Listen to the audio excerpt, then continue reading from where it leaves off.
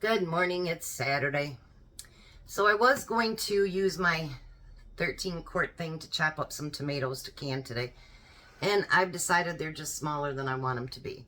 And a lot juicier than I want them to be. So we're going to do the old-fashioned chopping up here with my chopper that I use for my salsa. It's going to be a lot longer task, but it's okay. So I have this full of tomatoes and my sink is full of tomatoes.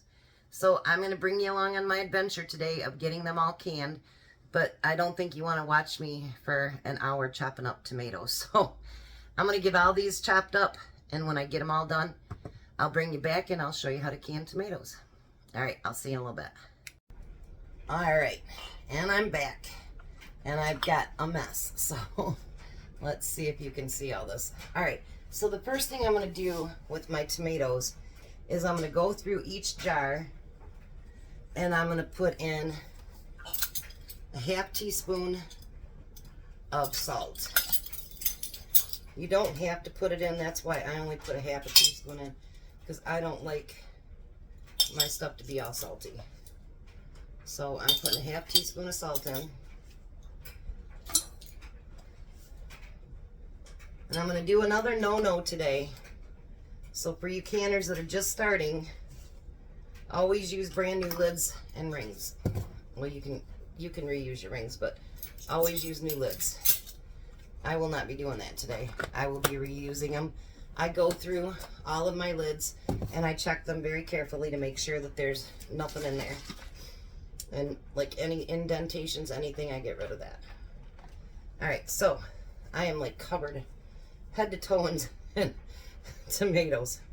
So then I want you to put a cap full of lemon juice in every one, and that's just to maintain the acidity. And even if you make up your own lemon juice, do not use that because you never know what the acidity levels are. So you always want to use the bottled.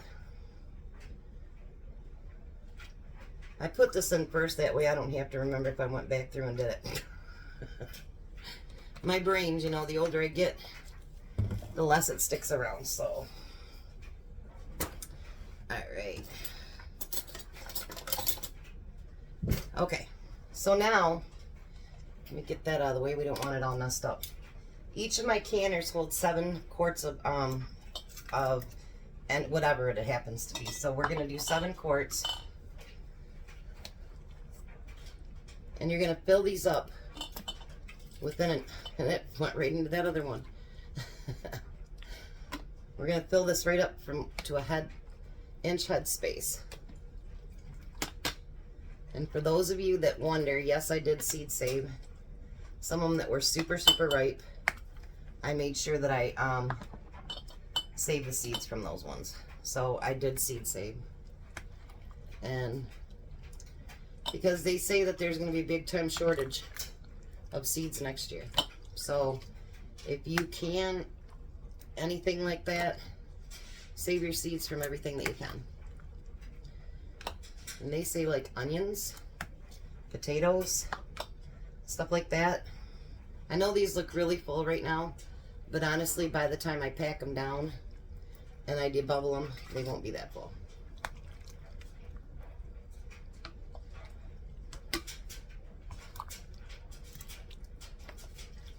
And now these ones, you're going to put them in your, I'm pressure canning today because I do not want to sit there for 50 minutes on the water bather.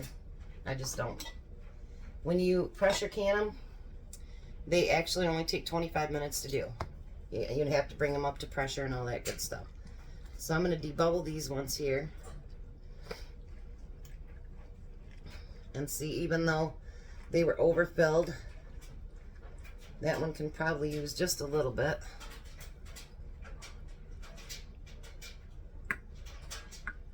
And by the way, my spaghetti sauce yesterday, everything sealed. So, and I said I wondered if I would do it again. And actually, I was talking to my sister and I talked to Chelsea too. And because I don't have to add meat or anything to it now, all I have to do is just, do up my my spaghetti and it's good to go. Actually, I think I like doing it because it's going to have everything I want in it. And normally I'd fry up, you know, a pound of hamburger to go in there. Well, now the hamburger's already in there. So is all the vegetables and everything else. So, I don't think you want to watch me can all of them. So I'm going to show you what I'm doing here. Make sure you wash all the tops, even though, you know, you don't think that you'd get them dirty. Believe me, you do. So put the lids on, or clean the caps on all of them. And then all my stuff is cold. So everything is cold, cold, cold. Not like what we did the other day. I have another chair here next to me as a desk to hold all my extra jars and everything. So everything you want just fingertip tight. You don't want it to be, don't like go like that, you know, because it doesn't allow the air to seep through. And if that happens, then you're going to have issues with it sealing. So just fingertip tight. And then when I get all these full, what I want you to do is put it into your pressure canner, fill up your pressure canner, bring it up to a full steam. Let it steam a full 10 minutes. Then put on your, I call it the jiggler. When it jiggles and you know you got it at your safe space, then you can start your timer and it'll time for 25 minutes. Then you want to make sure it brings down pressure on its own. You don't, believe me, I learned the hard way. Don't take it off too soon because you'll get breakage, you'll get jars that'll explode, everything else, and believe me, you don't want to have done all that work to have something go wrong. So I will bring you back when these are done. Maybe I'll give you a quick look when I get all the canners so that you can see what the steam looks like. But it's going to be an adventure, and I've got little tomatoes yet to do, and I got some sweet potatoes today, and I got another couple of videos to do, so not sure how much I'll get done today.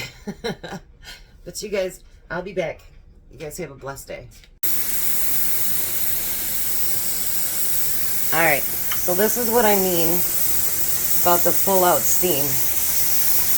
Now they've been doing that for 10 minutes. So now I'm going to put on the jigglers. And this one, I put on 10 pounds of pressure for my area.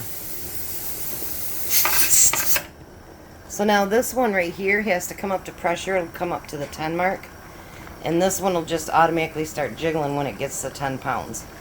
When they start jiggling, then I will time them for 25 minutes. Let it slowly come back down to pressure on its own. And then we'll be able to take them out and show you what they look like. I end up getting 10 quarts and a 1.5 pint jar too. So I will see you guys back in about 30 minutes. Bye. Alrighty, so there's the finished tomatoes. They're diced ones. And if you notice, there is water at the bottom. That's the juice. And when everything cools down, they'll actually settle down into that juice and it won't look so weird. But I think every one of them has sealed. So ta-da! More pretty tomatoes to go into my pantry. You guys have a very blessed day and be a blessing.